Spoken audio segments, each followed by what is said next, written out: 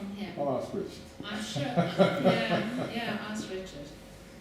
And then we used his incremental change improvements so that you do many, many steps, and our criteria are just some of these steps in order to improve. Adjusting as you go along and reassessing as you go along. And then we have this slide as well, where you are to where you want to be using PDSA cycles to get there. And in our book, you'll see there's a section on how to get started with the book and how to use the book. So our indicators. The indicators identify the common elements in any family practice in Ontario that can get assessed. So any practice will have those same issues that they're dealing with. And so ultimately there's an opportunity for comparative data between them. This is really at a practice level, not at the population level at this stage. There's a push for us to collect this data at a population level and compare the data at a population level. But we're not sure that that's the best way to go. And why are you not sure that that's the best way to go? What makes you hesitate? Well, I think just the same way as we had a discussion about the pay for performance yesterday, there's a whole issue about population data about individual practices. Because the practices are all very different.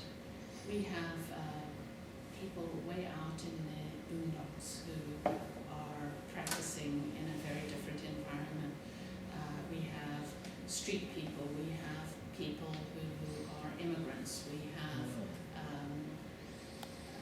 only youth in a clinic. We have, they're very different, and if you start to compare them, you're going to run into problems because their baselines were very different. It's interesting because when I started to develop my instrument, Mr. Fitt, I was looking at the practice accreditation in Australia, and I was wondering how, well, they have all the criteria just like you, but what do you know? You would like to see how you compare to others. And at home that's very useful because all these practices, well, they differ a little, but they don't differ that much. So you can, it's very valuable information if you're on the Gauss curve, right or left of your colleagues. But that, now I see why, I never saw that clearly, why it's much more difficult if you have a huge variety from practices with Aboriginals to 100 doctor practices in the towns. Then it's a different story.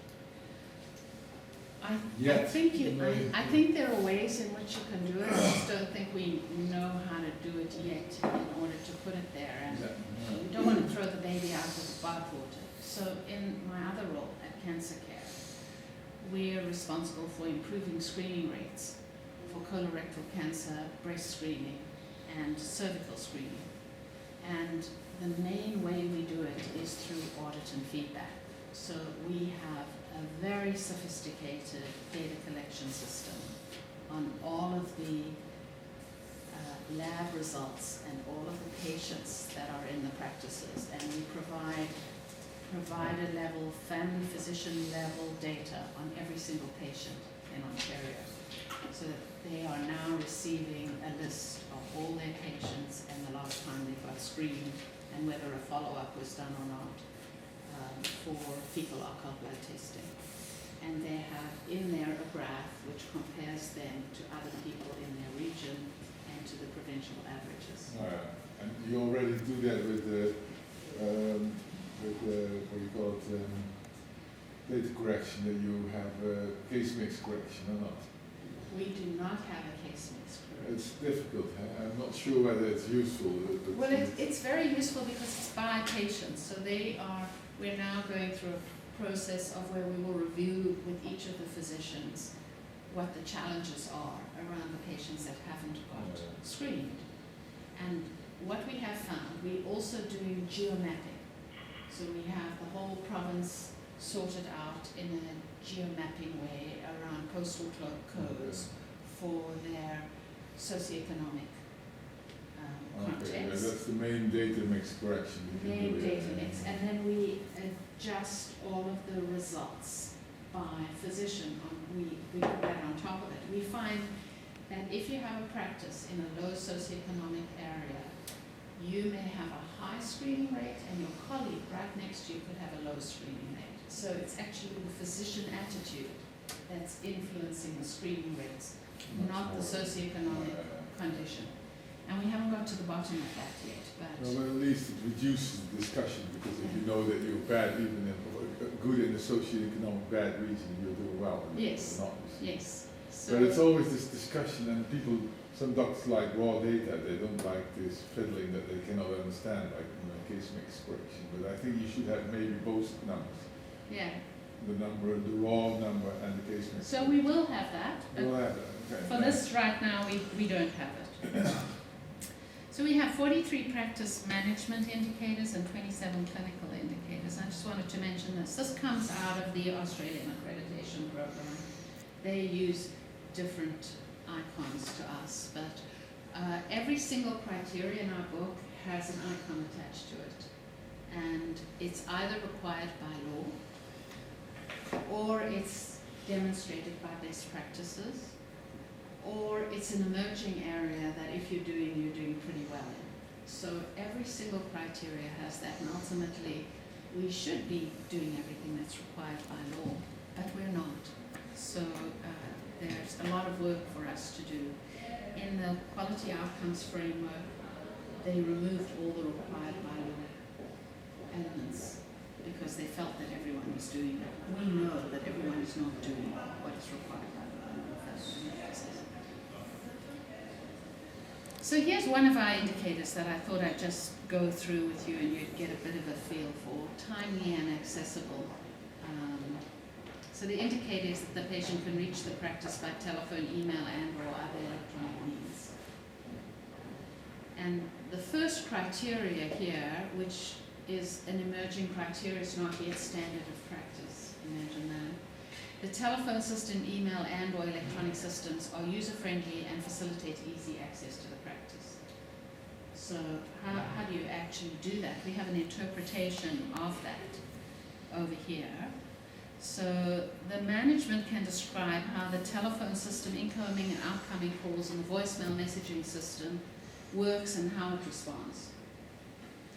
And email or other electronic systems used for communication with patients, how patients can obtain advice or information related to their clinical care without an appointment, example by telephone or electronic means, how feedback from patients is sought and used to make changes to the phone or message system through an annual audit or satisfaction survey. So here, this would be one of the questions that we would ask.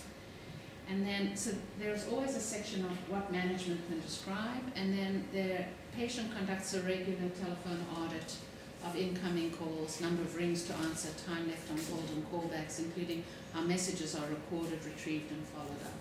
Now, you might find that common, that you're already checking that. It is common in Ontario that there's only one line, that it's always busy, that you can't reach your family doctor in any situation, and that you actually have to go in if you want to get an appointment. So it is a bottleneck that family doctors enjoy because it limits their access and it reduces the pressure on their office.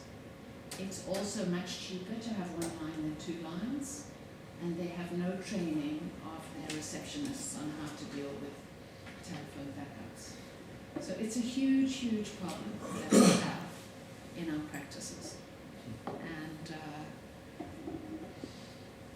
just getting a change in that would be an enormous change. So we come back. Guidelines should never be a trap.